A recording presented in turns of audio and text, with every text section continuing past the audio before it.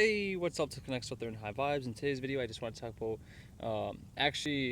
getting that first-hand experience, a little bit about dreams, and not putting too much on your shoulders, basically. And kind of like when I made the video about having emotional baggage and things like that. But I'm gonna touch on it more, basically, with a more in-depth, basically, perception on it, and the reason why I can actually help you. Actually, I'll just start with that. To be honest, the reason why you don't want to put too much all this burden on you, all these stresses on yourself, and making you feel like you're trying to actually hold on to the world. Basically, you got to be able to balance that out and actually know when to get rid of certain things. Because if you have too much energy, that energy can make you actually feel stagnant. See, if you balance your giving with your receiving, because giving and receiving are both one and the same thing.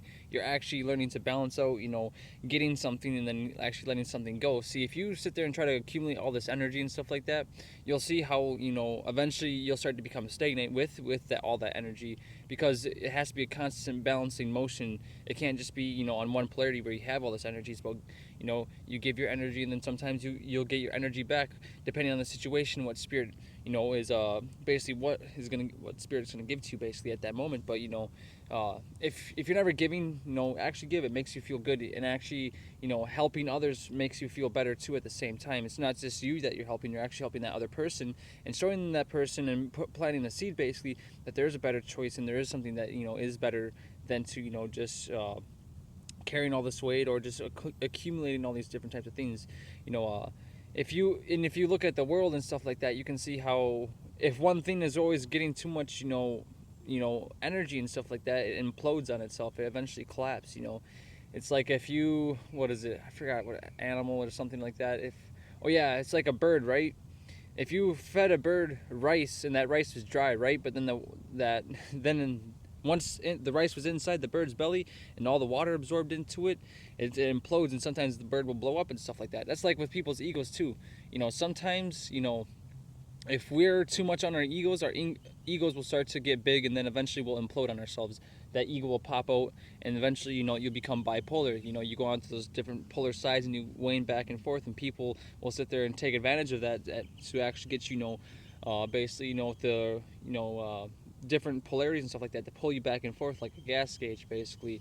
Uh, and this can happen into the dream realms too. Actually, people, if and I haven't actually really ever touched on the dreams, so that, like, I think it'd be a good idea for me to touch on the dreams. There's a lot that you can learn from your dreams. And I got the hawk over there. Hawk, and actually is an osprey actually, but it's still a hawk. But at the same time, uh, back to the dream part though. You can actually learn a lot from your dreams if you haven't taken the time to go into your dreams and actually learn from your dreams. You could actually have dreams that may come to pass in your life sometimes, depending on how you decode your dreams and things like that, because uh, there's different meanings behind every dream that you have. It's not just in if you go to some psychic medium and stuff like that, don't go to these people. Go to yourself and inside yourself to actually decode your dreams. And if you actually do go to somebody to decode your dreams, it should be you who's supposed to be decoding your dreams. Because these are different times and things like that now that we live in and stuff like that. And you want to make sure that you know how to decode your dreams, because the symbology that plays a role within everything. Because there could be symbolic type of stuff that is going on, that is happening, in the non-physical inside your dreams, basically, that actually transfers over the non-physical, because it has a balance to it. So once you can understand that, basically, and start to see, especially the symbology, that's the most, to be honest, it's really important, because everything is spoken in symbology. Words are just symbologies. uh, Everything that is spoken in this world is basically, a symbology of something. When we say cat, that's a symbol, and what we see is a cat.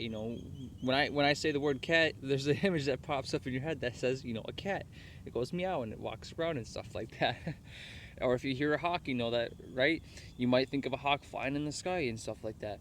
And if you see, if I said NPA agent, that you might think of like an Agent Smith, but not everyone's experiencing that type of stuff. But the reason why, oh yeah, that's one of the reasons why I wanted to bring up the first-hand experiences, because a lot of people, if they don't know what the NPA agents and stuff like that and life in reality is, uh, there's different all these different types of agents, and actually I want to touch on that. I think it's actually really good, information for people out there to know the different types of agents, because they got, the ego pullers, the ones that are specifically trained with, certain trigger words and things about knowing things about who you are, so they can actually pull out your ego strings basically.